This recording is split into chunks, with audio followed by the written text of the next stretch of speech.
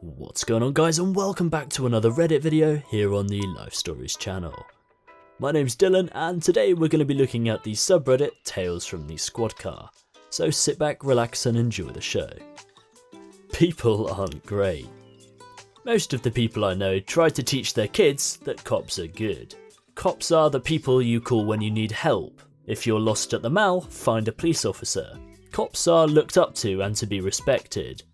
They always do the right thing. And yet sometimes the right thing is the hardest, and from a child's eyes, meanest thing that you can do. Tonight, some guy got in a fight with his girlfriend. It got ugly. He broke her garage door, he threw his son's piggy bank on the front lawn and shattered it. They slap each other around, then he gets in his car with his 4-year-old son William and drives away. Another officer pulls him over a mile away. We talk to him and we talk to her. They both broke the law. They both committed criminal damage and assault. They both did it in front of young William. Now, whilst the other officer is interviewing Dad at the side of the road, young William starts to get out of the car on a major road. I rushed over, ushered him back into the car and spent some time talking to him. William is 4. He's maybe 3 foot tall and can't weigh more than 60 pounds. He's wearing shorts, only shorts. It's too hot for a shirt and Dad said he doesn't need shoes, his words. I agree, most little boys don't need shirts or shoes. I tell him to sit in the driver's seat and he tells me he's not old enough to drive. He's adorable.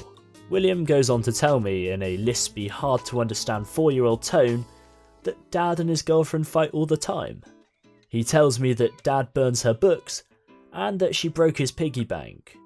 She took all of William's pennies and won't give them back. She also stole all of Dad's money. I asked him why she took his money. His reply, because she's a bitch, pronounced if you're 4.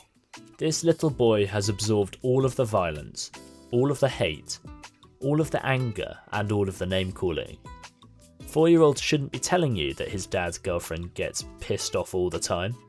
By this time, the other officer determines that not only did Dad commit domestic violence, but he's also impaired due to alcohol and driving, with William in the car. Dad needs to go to jail, he has to. The law is written that way. We no longer have a choice and we walk Dad away from his car, behind mine, and place him in cuffs. He gets put in a car and I make arrangements for William for the night. A babysitter. I return to the car where William has tears streaming down his face and is sobbing relentlessly. I ask him what's wrong, and he tells me he wants his dad. I tell him that Dad needs to hang out with us for a while, but I arranged a sleepover with his babysitter. And he cries. The other officer leaves with Dad and I stay up with William. He's beside himself with tears, and I open the door and reach to him. He climbs up my arms like a little chimp. I've never been held by a cop, but it can't be the greatest. There's the gun, the cold badge and the radio and all the other pokey things on the belt. But I try and I hold William and I tell him everything will work out. And he cries, and he cries, and he cries, and he repeats daddy, daddy, daddy over and over again. He cries and calls out so loud that when I try to ask for another unit to help me, my dispatcher can't hear me over his cries. I pace and I bounce and I pet his hair. And I whisper and I touch my forehead to his and I rub his back and he cries.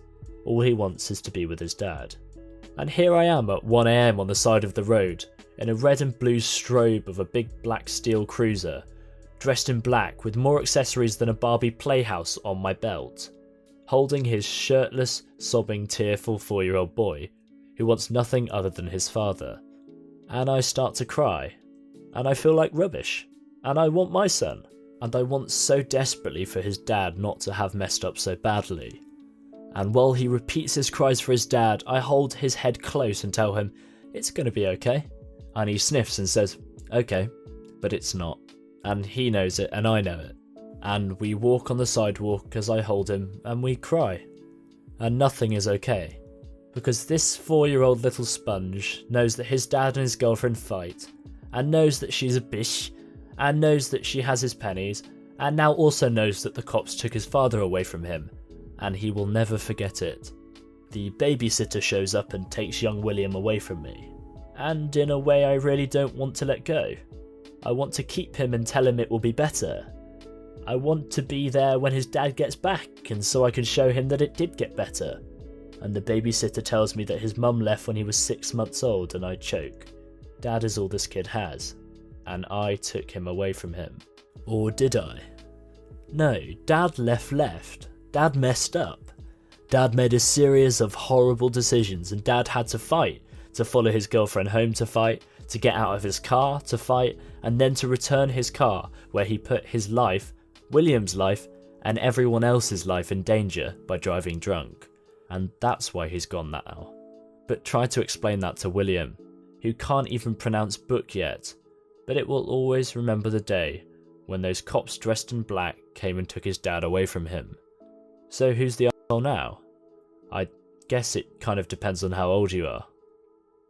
I think he'll remember that the cops took his daddy away, but he'll also remember that one of them, i.e. the guy that wrote this story, was nice to him and tried to help him, and I think that will stay with him for the rest of his life. Witness. Wanna park and act like an asshole? Enjoy paying thousands. Years ago I worked as a security officer in a high traffic tourist area, graveyard shift. One of my responsibilities was to make sure my building's loading/unloading zone is kept clear, because at all hours of the day we've got vehicles coming and going for people going to meetings, visitors, tourists, cabs, etc. The curb is painted white and marked with big bold letters, loading and unloading only, no parking. At the end of the zone there was a single handicap parking stall painted bright blue. Now the building I worked at was near a few large nightclubs, so every Friday and Saturday the area would be crazy busy with drunken fighting, vomiting, occasional alleyway sex, etc. All night long there'd be cute girls milling around in skimpy outfits, so the job had its perks too. Clubbers would take advantage of my building's valet parking service and pay to park in our garage before heading out to one of the clubs across the street. Some clubbers would think they could get away with parking in our loading zone all night. My co-workers and I would aggressively patrol the area in the early evening hours and advise as many people as we could so they'd leave and avoid getting a ticket. It was also better for us if people left, because there were too many vehicles parked out front and traffic would become a complete cluster mess regardless of the time of day. Most people would be grateful for the information and leave. Occasionally some douche would laugh in our faces, say something about pigs or rent-a-cops or whatever, and leave their car there anyway. In those cases we'd call our city's parking enforcement and they'd get a $90 ticket for their troubles. One Saturday night after I finished a round of patrols, I went to take a leak. On my way back out I walked past dispatch and my buddy calls me over to the surveillance bank. "Hey bro, you got one out front?" I turned to the grainy feed just in time to see a piece of junk 97 BMW sloppily parking in front of our building. I murmured that I'd go out and advise the driver, but before I could leave, the driver exited his vehicle. My buddy and I watched in silence as the driver, a young black male adorned with flashy cheap bling, hiked his pants up at the crotch and blocked the path of a couple of girls walking by.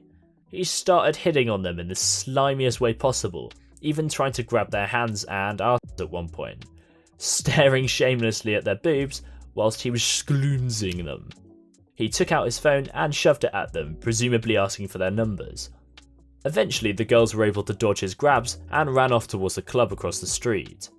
He repeated this routine several more times with various groups of girls walking by, even taking out a small bottle of vodka from his back pocket and offering swigs. With each rejection, he'd get angry and presumably cuss at the girls as they hurried off. Our cameras didn't pick up audio, but this seemed a reasonable assumption. I sighed and looked at my buddy. Well, I guess I've got to go and talk to him. I made my way out to the front and approached him, just as another group of girls ducked away from him. I called him out and he turned and stared at me blankly. "Hey man, just wanted to let you know that this zone is for loading and unloading. Normally it's not a big deal to park for a bit, but everyone does it on the weekends and traffic gets backed up here pretty bad." The douche looked at his vehicle and then at my badge. For the sake of YouTube monetization, I'm not going to say the next bit. I looked at my watch, it was about 10:30, and continued my spiel. "Parking enforcement here is pretty strict, you should move your vehicle or you might get ticketed." Same again. Have a good night, sir. He flipped me off and went across the street, where he was promptly denied entry for dress code violations. He cussed at the bouncer and wandered down the block. I walked over to his vehicle and saw that it was parked crooked, and the rear of the vehicle was partially blocking the lane of traffic. Half of his vehicle was in the white zone, the other half in the blue zone. I keyed up my radio. 8 million to dispatch. 8 million, go ahead. Can you call parking enforcement for this vehicle? Let me know when you're ready for the plate. 15 minutes later, the parking officer arrived. He looked at the vehicle and promptly issued a $90 ticket for the parking in the white zone and a $900 ticket for parking in the blue zone without a permit. I thanked the officer and went back inside to have a snack. A couple of hours later, 2 of the local cops stopped by to say hi. As Officer Morris and his partner walked over, dispatch radioed me. Hey 8 million, is that Jones and Morris? Sure is. You gonna do what I think you're gonna do? Yep. Officer Jones and I lit up our cigarettes as Officer Morris looked on disapprovingly. We all smoked and chatted for a bit, and I casually motioned over at my shoulder at the BMW. Hey Jones, check out the parking job on that piece of rubbish. We all walked over to the corner and looked at the vehicle. 2 tickets stuck on the windshield, flapping in the wind. Officer Morris grabbed one of the 2 tickets, read it over and looked at me. What's the story here? I told them what happened and the driver's response. Officer Jones and Morris looked at each other. 8 million, you got the time? Yeah, it's 12:27 AM. Well, it's a whole new day now, isn't it? Officer Morris proceeded to write another $90 ticket for the white zone and another $900 ticket for the blue zone. He paused for a moment after finishing the second one. Hey Jones, looks like this vehicle's parked more than 12 inches from the curb. What do you think? Sounds about right. Officer Morris wrote another ticket for $120 and slapped it on the pile of tickets on the windshield. I shook both the officers' hands and they left to continue their patrols. The next few hours of my shift went by fairly quickly. Around 5 AM, dispatch scared the hell out of me. Hey 8 million, are you still on that call? Negative, I just finished clearing it. Respond to dispatch as soon as possible. I ran down to the surveillance bank where my co-workers were all gathered and laughing their asses off. Sunday street cleaning day and the BMW was getting ticketed again by parking enforcement. After that, we all stopped by dispatch every 5 to 10 minutes to see if the owner had returned. Finally, about 6 AM, douchebag came stumbling up the block looking completely worn out. His formerly white t-shirt was stained and dirty and it looked like he'd lost at least one fight. We watched in suspense as he looked at the pile of tickets crammed together on his windshield and slowly removed them. He stood there, pants sagging below his knees, shuffling through each ticket as if he were a toddler and a handful of Pokemon cards. With a look of abject defeat on his face, he got into his vehicle and drove off. The whole room erupted in laughter and high fives. As the laughter died down, I picked up the office phone and started dialing. My co-workers eyed me curiously. I put the call on speaker just as the call connected. 911, what's your emergency? Yeah, hi, I'd like to report a possible drunk driver. I have the vehicle and driver description when you're ready. The moral of the story is don't abuse people who are politely trying to help you get out of a fine because karma will run its course. Well guys, that's it for today's video. If you enjoyed the format with 2 slightly longer stories, leave a like rating down below. I haven't forgotten about my cat story with the evil French lady. I'm just formulating the story in my head so I can tell it well. Keep a lookout for that in the future. I hope you guys have a great day and I'll see you all in the next video. Goodbye.